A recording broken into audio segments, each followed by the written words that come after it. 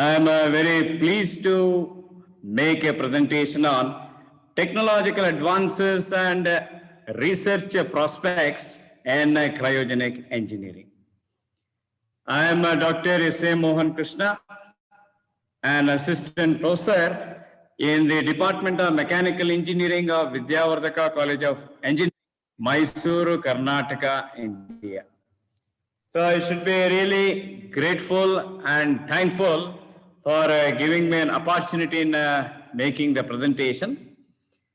As everyone is aware, in the present scenario, cryogenic engineering has been gaining stronger impetus. It is gaining momentum phenomenally well.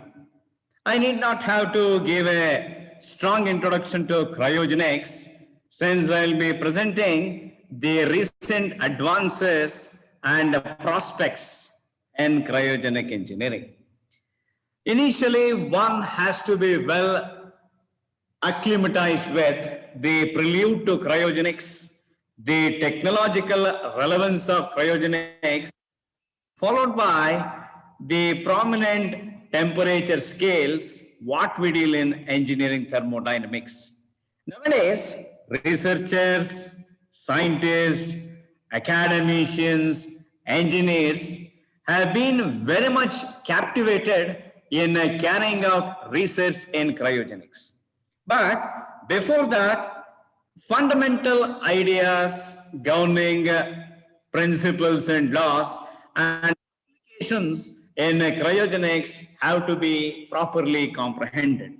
So, as a researcher, as an academician, one has to be aware of the importance of cryogenic engineering, then the prominent cryogenic fluids or cryogens, what normally we use in research. Next, what are all the prominent application areas we need to be aware of? Dear friends, the topic cryogenic engineering has fascinated humans from past 150 to 170 years.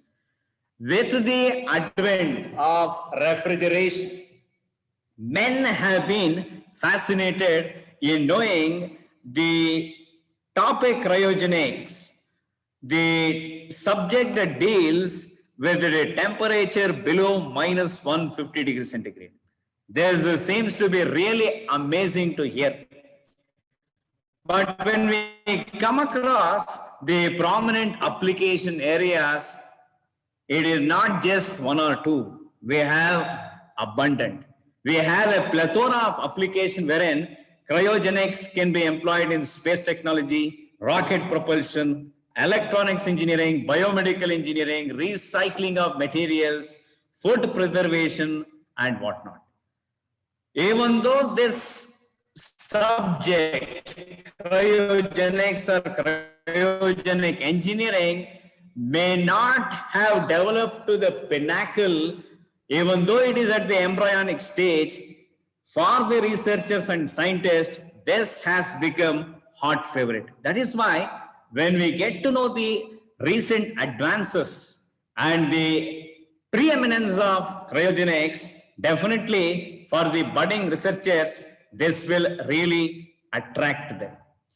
When we take up the topic cryogenic engineering, no doubt we come across liquefaction systems, then cryocoolers, or very prominently it is called cryorefrigeration, then magnetic refrigeration. We will even come across vacuum technology and many more applications pertaining to cryogenics. Initially, when we take up the concept cryogenic cooling, the temperature wherein the range will be minus 200 degrees centigrade to minus 250 degrees centigrade, which seems to be really amazing. This has found application in liquefaction systems. When we take up liquefaction systems, we will come across Joule-Thomson liquefaction system, then Stirling liquefaction system, and many more. On knowing various liquefaction systems, the researchers and scientists have been amazed to make further advancements which will made them really possible to attain the least possible temperature. On knowing the advent in liquefaction systems, there came across cryocoolers or cryorefrigeration system. For the students and researchers, even though the course cryogenic engineering may not be very oftenly taught, but from past 10-15 years or from past 2 decades, students, research scholars have started exploring what exactly we find in cryogenic engineering. What uniqueness, what is the technological relevance in the present scenario. So when you just come across this slide, we will come across the need for cryocooler. Then on knowing the importance of cryocooler, one has to be aware of the specifications of cryocooler. In another 2 or 3 minutes, I will definitely make you know the variety of cryocoolers wherein presently the research scholars, researchers have been exploring. We need to be aware of the specifications of cryocooler initially. No doubt, long life or reliability is very important. Low mass, low volume, low induced vibrations, high thermodynamic efficiency, low investment cost and maintenance cost. Bearing this in mind, one has to properly design, fabricate and analyze a cryocooler. One of the most popular among all cryocoolers is Gifford McMahon cryocooler. If a researcher is well acquainted with Gifford McMahon cryocooler, then he or she will be in a position to make further ameliorations, advancements in that area. Let me show some of the interesting images wherein researchers have been very active in exploring cryogenic applications. We are aware of Joule-Thomson refrigerator. When we need to take up any advanced form of refrigeration system, we need to have an idea regarding Joule-Thomson refrigerator. A decade ago, researchers started exploring regarding Joule-Thomson refrigerator, but nowadays, because of the phenomenal growth in cryogenics all over the globe, Gifford McMahon cryocooler, Solvay refrigerator, and many other forms of cryocoolers have been in very explorative manner.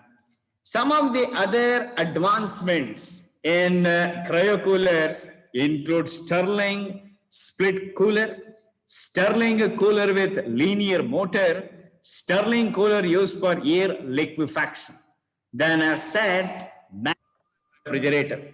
This particular cryocooler has really mesmerized the researchers.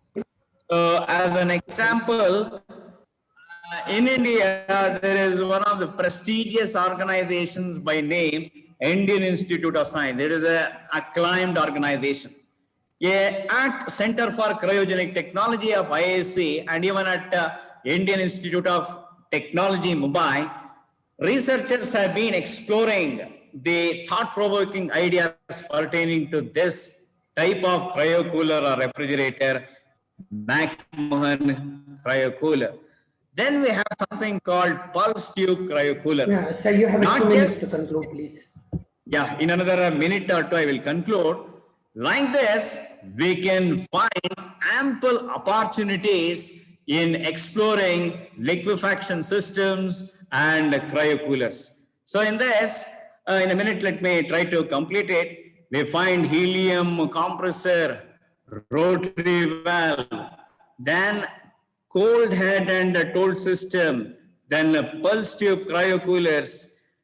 These devices will invariably make the researcher to not just carry out the experimentation, and even the analysis part will be definitely easy for him.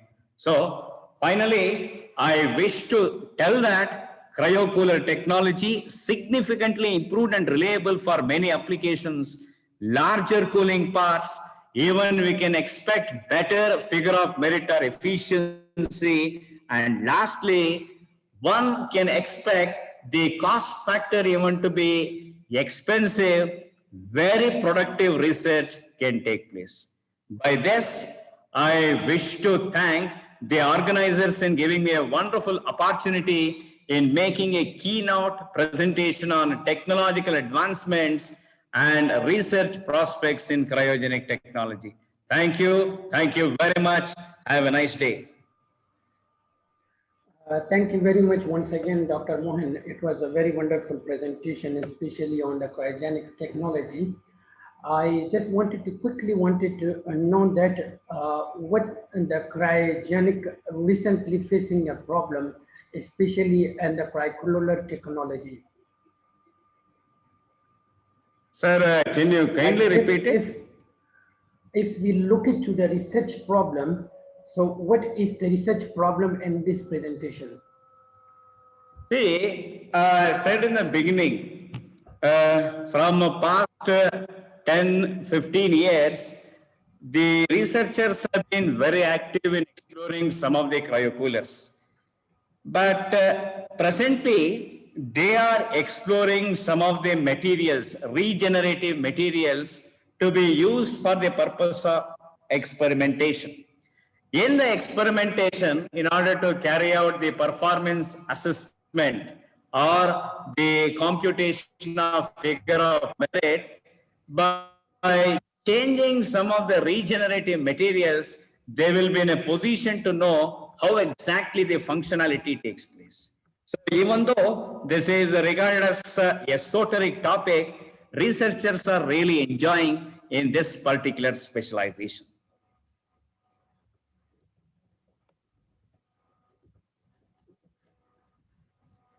Thank you very much, sir.